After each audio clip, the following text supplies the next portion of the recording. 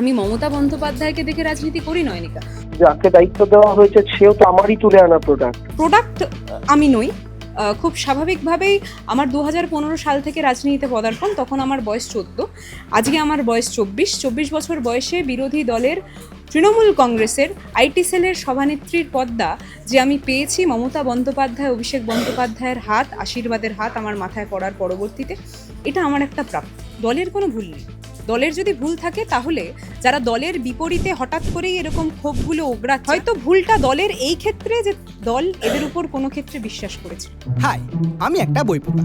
ছোটবেলা থেকেই মা বলতো পরীক্ষার আগে বইগুলো গুলে খেতে হবে। তো ব্যাপারটা আমি একটু বেশি সিরিয়াসলি নিয়ে ফেলেছিলাম। খুঁটিয়ে পড়তে গিয়ে বই খুঁটে খেয়ে ফেললাম। তাও ক্লাস 11-এর দুটো সেমিস্টারে একটাও কমন পেলাম না। কিন্তু 12-এর সেমিস্টারগুলোতে ছক্কা মেরেছি, কারণ আমি ডিসকভার করেছিলাম মৌলিক লাইব্রেরি প্রকাশিত সম্রাট সিরিজের সমস্ত এক্সক্লুসিভ সাজেশন বুক উইথ প্রচুর কমন পাওয়ার গ্যারান্টি, প্লাস টেস্টি ছিল। আমাদের সঙ্গে রয়েছেন তৃণমূলের সোশ্যাল মিডিয়ার ইনচার্জের একেবারে নতুন দায়িত্বপ্রাপ্ত উপাসনা চৌধুরী। কথা বলবো দিদি, প্রথমেই যে প্রশ্নটা আসবো, মমতা বন্দ্যোপাধ্যায় হকার উচ্ছেদ নিয়ে রাস্তায় নামলেন। সেই রাস্তায় নামা প্রসঙ্গে যেটা সবথেকে বড় চর্চার কেন্দ্রবিন্দু তৈরি হয়ে গেল, সেটা হলো মেন স্ট্রিম মিডিয়া নিয়ে একটি বিরোধিতা, যে মেন স্ট্রিম মিডিয়া গদি মিডিয়া হিসেবে তৃণমূলের কিছু কর্মী সমর্থক তাদের ওপর আক্রমণ চালালেন, তাদের বিরোধিতা করলেন। এই যে পরিস্থিতি, হঠাৎ কেন এই গদি মিডিয়ার বিরোধিতা, এই প্রশ্ন কিন্তু উঠছে সম্পূর্ণ সমাজ মাধ্যম থেকে সংবাদ মাধ্যম জুড়েও। কি বলবেন? দেখুন, সর্বপ্রথম যে গদি মিডিয়া আপনি আগেই উল্লেখ করে দিলেন, একটা জিনিস বুঝতে হবে যে মিডিয়া চ্যানেল যদি কারোর নিজস্ব সম্পত্তি হয়ে দাঁড়ায়, তাহলে কিন্তু একটা স্তম্ভের মধ্যে ইতিমধ্যেই ঘুণ ধরে যায় বা সেই স্তম্ভটা আস্তে আস্তে ভাঙতে শুরু করে দেয়। আমি বরাবরই মনে করি যে জার্নালিজম কিন্তু বাস্তব তথ্যটা এবং সত্য তথ্যটা তুলে ধরার কাজ করে। তো সেখানে হঠাৎ করেই গদি মিডিয়া যে কথাটা আপনি উল্লেখ করলেন, সেই জিনিসটার সত্যতা এখন এতটাই পর্যায়ে গিয়ে দাঁড়িয়েছে যে আমরা বুঝতে পারছি যে এই বক্তব্যই আমরা রাখবো, সেটাকে কিন্তু একটা ফেক ন্যারেটিভে তার পরবর্তীতে ঘুরিয়ে দেওয়া হচ্ছে। এবার সেই ফেক ন্যারেটিভে যদি ঘুরিয়ে দিয়ে একটা কাল্পনিক গল্পই তুলে ধরতে লাগে, তাহলে তো আমাদের বক্তব্য রেকর্ড করার কোনো মানেই হয় না। এটা তো আমাদের সকলের কথা। এবং তার পাশাপাশি আরেকটা জিনিস যেটা আমরা দেখতে পাচ্ছি, সেটা হচ্ছে যারা শাসকে বসে রয়েছে, রাজারা যিনি রয়েছেন, তারা কিন্তু আমাদের কণ্ঠস্বরে তাদের বিরোধিতা শুনতে পছন্দ করছে না। এবং ঠিক সেই জিনিসটাকে কেন্দ্র করেই হয়তো উনি আগে থেকেই আদেশ দিয়েছেন যে যেই জিনিসটা তাদের বিরুদ্ধেই যাচ্ছে, বিরোধিতায় যাচ্ছে, সেই জিনিসটা তুলে ধরাই যাবে না। বারবার আমরা দেখতে পাচ্ছি যে কিভাবে 4000 ইভিএম পুড়ে গেল, সেটা নিয়ে কিন্তু কোনো ব্যক্তি কোনো বক্তব্য রাখলেন না। ব্যক্তি বক্তব্য রাখলেন না তাও না হয় মেনে নিলাম, কিন্তু আজকের দিনে দাঁড়িয়ে যারা মেন স্ট্রিম মিডিয়া কতটা কভার করেছে, সেটা একটার পর একটা এই ঘটনা দেখে যাচ্ছিলাম, যেখানে নতুন সরকারের আগমনের পরবর্তীতে যেইভাবে রেপের ঘটনা বেড়েছে, একটার পর একটা ঘটনা যখন দেখছি, সেই ঘটনাও কিন্তু কভার হচ্ছে না। টালিগঞ্জে একটা স্কুলের মধ্যে পুচকে আয়ুষের মৃত্যু, সেই জায়গাটার ঘটনাও কটা মেন স্ট্রিম মিডিয়া কভার করেছে, এইটার প্রশ্নটাও কিন্তু তোলার আমাদের দায়িত্ব। আমরা যখন তোমাদের মিডিয়া চ্যানেলে বা ডিজিটাল মিডিয়া এই কথাগুলো বলছি, আমরা একটা জিনিসই চাই যে এই কথাটা এইভাবেই উঠে আসুক।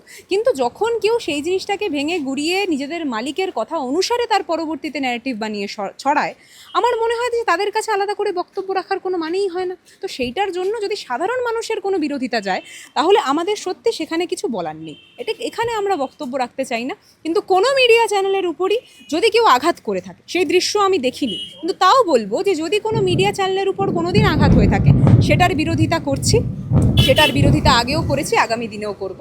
কিন্তু বারবার একটা কথা বলবো, মিডিয়ার কাজটা যাতে স্পষ্ট থাকে, সেটা মিডিয়াদেরকেই বুঝতে হবে। মালিকের কথা অনুসারে কাজ করলে গদি মিডিয়ার ট্যাগটা যখনই লেগে যাবে, তখন কিন্তু মানুষ আপনাকে আর গণ্য করবে না, মান্যতা দেবে না। কিন্তু প্রশ্ন আর একটা দিকে উঠছে যে ধরুন এতদিন যখন শাসক দলে তৃণমূল কংগ্রেস ছিল, তখন তৃণমূল কংগ্রেসের নেতাকর্মীদের বারংবার সংবাদ মাধ্যম এবং সাংবাদিকদের যেটা সব থেকে বড় অভিযোগ, যে যখন নেতাদেরকে ফোন করা হতো, তখন ডিজিটাল মিডিয়ার যারা সাংবাদিক বা যারা নিজস্ব চ্যানেল চালান, তাদের ফোন কিন্তু নেতারা কোনোদিন ধরতেন না। সেখানে কিন্তু নেতাদের নিজস্ব বক্তব্য দেওয়ার জন্য বড় বড় মেইনস্ট্রিম মিডিয়ার বুমের প্রয়োজন পড়তো। এবং এখনও পর্যন্ত কিন্তু এই অভিযোগ সমস্ত সংবাদ মাধ্যমের কর্মীরা, সমাজ মাধ্যম তথা একেবারে প্রকাশ্যে করছেন, যে তাহলে যাদের যেসব নেতাদের আমাদেরকে প্রয়োজন হয়, তারা আমাদেরকে কীভাবে গদি মিডিয়া হিসেবে কটাক্ষ করে। দেখো, সর্বপ্রথম যে প্রশ্নটা তুমি করলে, এটার উত্তর কিন্তু একটা নেতা সবচেয়ে ভালোভাবে দিতে পারবে। এবার আমি তো কর্মী নয়নিকা, এবং এই জিনিসটা বলছি আলাদা করে এই কারণেই, কারণ তুমি জানো, সেটা সাক্ষী তুমি থেকেছো, যে একদম দিনের শুরু থেকে এখন পর্যন্ত আমি বরাবরই যারা ডিজিটাল মিডিয়া রয়েছে, ডিজিটাল পোর্টালসরা রয়েছে, তাদেরকে কতটা সম্মান করেছি। এবং আমার বক্তব্য স্পষ্ট থেকেছে সেই দিনও, আমার বক্তব্য স্পষ্ট এখনও, যে কোনো মাধ্যম, যে মাধ্যম মারফত আমরা আমাদের কথাটা তুলে ধরছি, তাদের কাজটা এটাই হওয়া উচিত যে সেই কথাটা সেইভাবেই প্রেজেন্ট করবে। যারা যারা সেই কথাটাকে ভিন্ন প্রক্রিয়ায় নিজেদের একটা ন্যারেটিভ অনুসারে পেশ করছে, তাদের বিরোধিতা কোনো ব্যক্তি নয়, তাদের বিরোধিতা সকল জনগণ করে এবং আমাদের সংবিধানও। তো আমাদের মূল জায়গাটা হচ্ছে এখানে আমাদেরকে বুঝতে হবে যে আমরা যখন বক্তব্যটা রাখছি, আমরা আমাদের মত প্রকাশ করছি এবং সেই মতটা প্রত্যেকটা জনগণ যারা রয়েছে তারা সেটা জানতে চায় বলেই তোমাদের মেনস্ট্রিম মিডিয়া হোক বা ডিজিটাল পোর্টালস, সব কিছুর কাছে তারা আসে, বা সব কিছু মানে সেই ক্ষেত্রেই সকলে তোমাদের দরজাটা নক করে। তো আমার কথাটা হচ্ছে যে যখন এই কাজ থেকে বিরত থাকে সেই সব জার্নালিস্টরা, তখন তারা এই জার্নালিস্টের ট্যাগটাই কিন্তু খুইয়ে ফেলে। তাই এই গদি মিডিয়া যাদেরকে উল্লেখ করা হচ্ছে, আমার ঠিক জানা নেই যে তোমাদের চ্যানেলকে কোনোদিন গদি মিডিয়া হিসাবে কেউ উল্লেখ করেছে কি না, কিন্তু যেই যেই চ্যানেলকে করেছে সেই চ্যানেলের নাম আমি এখানে উল্লেখ করতে চাইছি না খুব স্বাভাবিকভাবে, কিন্তু তাদের যদি তুমি ফরম্যাটটা দেখো, প্রত্যেকটা ক্ষেত্রে আমি তোমাকে যদি একটা কথা বলি, আমি যদি বলি, তারা কিন্তু রীতিমতো হাওড়াটা লিখে তার পরবর্তীতে নিজেদের মতো কাল্পনিক দৃশ্যটাই প্রকাশ করে এসছে। এইটার বিরোধিতা সাধারণ মানুষ করছে। আজকে যখন তারা বুঝতে পারছে যে এই হকার উচ্ছেদ থেকে শুরু করে এতগুলো রেপ ঘটনা এবং একটার পর একটা, আমরা এই দৃশ্য দেখেছি যে কিভাবে একজন সধবা ব্যক্তির গায়ে সাদা থান পরিয়ে তাকে রাস্তায় দূর করানো হয়েছে এবং বিভিন্ন লোকজন সেটাকে দেখে দেখে হাততালি মেরেছে, সেইটা কোনো মেইনস্ট্রিম মিডিয়া কভার করেনি। এই প্রশ্নগুলো তো আমরা সকলে তুলবো, এই প্রশ্নগুলো আমরা সকলে তুলছি। সেখান থেকে দাঁড়িয়ে যারা যারা কভার করেনি, সেটা মেইনস্ট্রিম মিডিয়া হোক বা ডিজিটাল পোর্টাল, আমি বারবার বলছি, যারা নিজেদের নামের পাশে জার্নালিস্টের ট্যাগটা লাগায়, তাদের কাজটা হচ্ছে সেই সকল খবরগুলো কভার করা, কোনো মালিকের কথা অনুসারে নিজেদের খবরগুলো বিকৃত করে তার পরবর্তীতে পেশ করা নয়। যারা বিকৃত করে পেশ করে তাদেরকে অন্তত জার্নালিস্টের ট্যাগটা থেকে আমরা সরিয়ে দিতে চাইছি। তারা দাবি করে দিক না যে তারা গদি মিডিয়া, তারা এই নেতার কথা অনুসারে কাজ করছে, বা তারা মূলত বাস্তব তথ্য তুলে ধরার কাজ করছে না, তারা পিআর এজেন্সি হিসাবে কাজ করছে। এই জিনিসটা ডিক্লেয়ার তারা করে দিক, আর যদি তারা করতে না পারে তাহলে জনগণ করে দেবে ডিক্লেয়ার। দেবাংশু ভট্টাচার্যের পদ থেকে তাকে সরিয়ে দিয়ে তোমাকে সেই পদটি দেওয়া হলো এবং সেই নিয়ে কিন্তু বিতর্ক একেবারে তুঙ্গে। দেবাংশু ভট্টাচার্য নিজে বলছেন যে তুমি তো ওনার প্রোডাক্ট তৈরি করা। তো সেক্ষেত্রে এই যে প্রসঙ্গ কিভাবে দেখছো? দেখো, দেবাংশু আমার থেকে সিনিয়র এবং সেখান থেকে দাঁড়িয়ে 4 বছর ধরে উনি এই পদটায় বসেছিলেন, এবং এইটা কিন্তু কালের নিয়ম অনুসারেই একজনের বিপরীতে আবার আরেকজন আসে। আমি যদি মনে করি আমি আগামী 10 বছর এই পদে বসে থাকবো, সেই জিনিসটা কিন্তু মনে করাটা আমার ভুল বলে আমি মনে করি। এবার সেখানে দাঁড়িয়ে দেবাংশু এই বক্তব্যটা রেখেছে, সেটা আমাকে বিভিন্ন মিডিয়া চ্যানেলরা জানিয়েছেন। আমি মনে করি হয়তো অন্য কিছু বলার চেষ্টা করেছিলেন, ভুলবশত একটা মিসপ্রোনাউন্স করে প্রোডাক্ট কথা উনি উল্লেখ করেছেন। আমি সেখানে বলেছি যে প্রোডাক্ট আমি নই। খুব স্বাভাবিকভাবেই আমার 2015 সাল থেকে রাজনীতিতে পদার্পণ, তখন আমার বয়স 14, আজকে আমার বয়স 24 বছর বয়সে বিরোধী দলের তৃণমূল কংগ্রেসের আইটি সেলের সভানেত্রীর পদটা যে আমি পেয়েছি মমতা বন্দ্যোপাধ্যায়, অভিষেক বন্দ্যোপাধ্যায়ের হাত, আশীর্বাদের হাত আমার মাথায় পড়ার পরবর্তীতে, এটা আমার একটা প্রাপ্তি। এবং আমি ভগবানে বিশ্বাসী, আমার নাম তো উপাসনা, সেখান থেকে দাঁড়িয়ে আমি জগন্নাথের উপাসক। তো সেখান থেকে আমি বলতে পারি যে আমি মনে করি যে সবটাই নিয়তি, আর আমাদের নিয়তি ত্যাগ করতে হয়। তো সেখানে দাঁড়িয়ে যখন আমাদের মূল মন্ত্রটা এটাই ছিল যে দলের জন্য কাজ করে যাব, সেই দিনও করে গেছি। আজ থেকে 3 বছর আগে যখন প্রথম পদ পাই আইটি সেলের জেনারেল সেক্রেটারি, তখনও সেই কাজটা পালন করে গেছি। আজকে যখন দিদি এবং দাদার আশীর্বাদ মাথায় নিয়ে প্রেসিডেন্টের পদে বসেছি, আমার বিশ্বাস যে আমি সেইভাবেই কাজটা করতে পারবো। আর আমি নিজেকে কোনো দিনই এই প্রেসিডেন্ট বা জেনারেল সেক্রেটারির এই মান্যতা বা এই জায়গার মধ্যে সীমাবদ্ধ রাখতে চাইনি। আমি মমতা বন্দ্যোপাধ্যায়কে দেখে রাজনীতি করি নয়নিকা। মমতা বন্দ্যোপাধ্যায় বরাবরই নিজেকে কর্মী হিসাবে পেশ করতেই ভালোবেসেছেন। তাই সেখানে কার বদলে উপাসনা এলো, এই জিনিসটা দেখার থেকে অনেক বেশি প্রয়োজন যে একটা কর্মীর সন্তান এবং যে উপাসনা স্বয়ং একটা কর্মী, তার মাথার উপর এই মুকুটটা স্বয়ং মমতা ব্যানার্জি, অভিষেক ব্যানার্জি দিয়েছেন। এই জিনিসটার উপর বেশি চর্চা হলে আমার মনে হয় যে এই জিনিসটা বেশি প্রকাশ পাবে যে কর্মীরা কিন্তু তৃণমূল কংগ্রেসে সেই জায়গাটাই পায়। তাই যারা আমার প্রোডাক্ট বলেছে, উনি আমার থেকে সিনিয়র। আমি মনে করি যে সেটা আমি আর দেবাংশু না হয় কথা বলেই বুঝে যাব যে কি বলতে উনি চেয়েছিলেন। কিন্তু বাস্তবে দেবাংশু ভট্টাচার্যের গত 4 বছরের এই পথ চলা, সেই জিনিসটা থেকেও আমি অনেক কিছু শিখেছি। আগামী দিনে আমি চাইবো যে আমার পথ চলাটা এমনই হোক যাতে আমি অন্তত 5টা জুনিয়রকে কিছু শিখিয়ে যেতে পারি। এবং একটা কথা আমি তোমাদের চ্যানেলেই বলে যাচ্ছি, আমি কোনোদিন আমার জুনিয়রদেরকে আমার প্রোডাক্ট বলবো না, কারণ তারা আমার সহযোদ্ধা। এইটুকুনি আমার কাছে স্পষ্ট।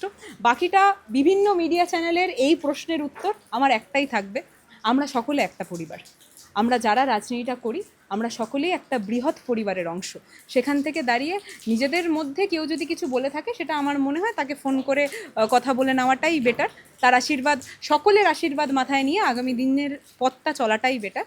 মিডিয়া ট্রায়াল আমি ব্যক্তিগত জায়গা থেকে পছন্দ করি না। পাশাপাশি যুব তৃণমূলের সভাপতি পদ থেকেও সায়নী ঘোষকে সরিয়ে দেওয়া হলো এবং দেখা যাচ্ছে যে সায়নী ঘোষ এবং দেবাংশু ভট্টাচার্য উভয়কে যদি পাশাপাশি রাখা যায়, সায়নী ঘোষ ইতিমধ্যে বিদ্রোহী শিবিরে যোগদান করেছেন এবং দেবাংশু ভট্টাচার্য ইতিমধ্যে দলের বিরুদ্ধে একাধিক ক্ষোভও উগরে দিয়েছেন। এই যে পরিস্থিতি, ভুলটা কার? দেবাংশু ভট্টাচার্য, সায়নী ঘোষের নাকি দলের? দলের কোনো ভুল নেই। দলের যদি ভুল থাকে তাহলে যারা দলের বিপরীতে হঠাৎ করেই এরকম ক্ষোভগুলো ওগড়াচ্ছে, আমি কারোর নাম এখানে উল্লেখ করতে চাইছি না, হয়তো ভুলটা দলের এই ক্ষেত্রে যে দল এদের উপর কোনো ক্ষেত্রে বিশ্বাস করেছিল। আমার মূলত কথা হচ্ছে এখানে, দল আমাদের উপর বিশ্বাস করেছে, আমরা যদি সেই বিশ্বাসটা ভাঙি, ভুলটা কার? দলের নাকি আমাদের? এই জিনিসটা বুঝতে হবে। আমি বরাবরই একটা কথা বলি যে লয়্যালটি একটা নিজস্ব ব্যাপার, জানো তো। যদি কেউ মনে করে যে 15 বছর যখন আমরা শাসনকালে ছিলাম তখনই শুধু থাকবো, তখনই সেই মোয়াটা খাবো, সেই মিষ্টিটা খাবো, তার পরবর্তীতে যখন দুর্দিন আসবে বা যখন বিরোধিতায় যাব, বিরোধিতাকে আমি কোনোদিনও দুর্দিন বলতে পছন্দ করি না। বিরোধিতা তো আসবেই। যারা রাজনীতি করে সারা জীবন তো শাসক দলে থাকবো না, কোনো না কোনো দিন তো বিরোধী হবো রে বাবা। তো বিরোধিতাটা না নিজেদের রক্ত করে নেওয়াটা ভীষণভাবে প্রয়োজন প্রত্যেকটা নেতাদের, যারা নেতার মসনদে বসছেন। আজকেও যারা নেতার মসনদে বসেছেন, অর্থাৎ বিজেপি দলের আমি বিভিন্ন কর্মীদের কথা বলছি, তারাও একসময় বিরোধী ছিল। আজকে তৃণমূল কংগ্রেস বিরোধী হয়েছে, 31-এ দেখুন না কি রেজাল্ট হয়, আবার হতে পারি শাসক হব। এবং সেখানে আমি মনে করব যে যারা দলটা ছেড়ে দুঃসময়ে পালাচ্ছে, সেই উই পোকাদেরকে যাতে দলে আর কোনো দিন ঠাঁই না দেওয়া হয়, এইটুকুনি আমার দলের কাছে অনুরোধ থাকবে। দলের যদি কোনো ভুল হয়, যে প্রশ্নটা তুমি করলে, সেটা হয়তো ভুল মানুষকে বিশ্বাস করা হতে পারে, এর থেকে বড় আর কোনো ভুল আমার দল করেনি। আমার দল বিভিন্ন মানুষকে বিশ্বাস করেছে, বিভিন্ন মানুষকে সেই জায়গা দিয়েছে। এরকম বহু দৃশ্য আমরা দেখেছি যে তারা 10টা সিকিউরিটি নিয়ে তার পরবর্তীতে গাড়ি থেকে নেমেছে। এরকম বহু দৃশ্য আমরা দেখেছি যে তারা কিভাবে প্রিভিলেজ লাইফটা লিড করেছে। কিন্তু আজকে যখন দুঃসময় হয়েছে, তখন যদি কেউ মনে করে হঠাৎ করে আমি নিজের পরিবারের কথাটা ভাববো, নিজের কথাটা ভাববো, বুঝতে হবে তারা কোনোদিনও জনগণের কথাটা ভাবেনি বলেই শাসক দলে থাকার তাদের চাহিদাটা পেশ করে এসছে বরাবরই, এখনও তারা সেই জিনিসটাই করছে। তো সেই মানসিকতার সাথে আমার মানসিকতা অন্তত মেলে না। আমাদের যারা কর্মী তাদের মানসিকতা মেলে না। আমরা নিজেদেরকে কর্মী হিসাবে পেশ করেছি, কর্মী হিসাবেই পেশ করতে চাই নয়নিকা। শেষ একটা প্রশ্নে যাব। একেবারে ঋতব্রত বন্দ্যোপাধ্যায়কে বিরোধী দলনেতা তকমাতে একেবারে স্ট্যাম্প দিল বলা যায় হাইকোর্ট। সেখানে বলে দিল যে, বলা হয়েছে হাইকোর্টের তরফ থেকে যে ঋতব্রত বন্দ্যোপাধ্যায় থাকবেন বিরোধী দলনেতা। কি বলবেন?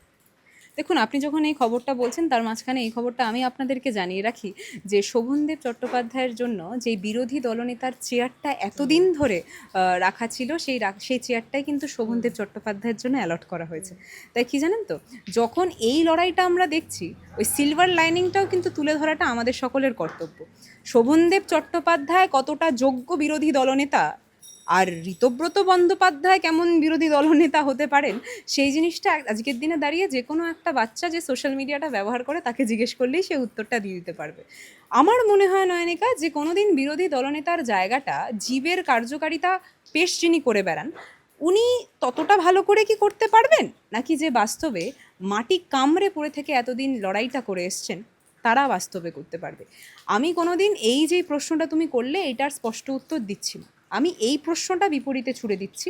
আমি চাইছি যে তোমার চ্যানেলের বিভিন্ন দর্শকরা যখন এই ভিডিওটা দেখবে, তখন চাইবো যে এই প্রশ্নটা নিজেদেরকে করে তার পরবর্তীতে শ্রেষ্ঠ বিরোধী দলনেতা তারা নিজেরাই না হয় চুজ করে নিক।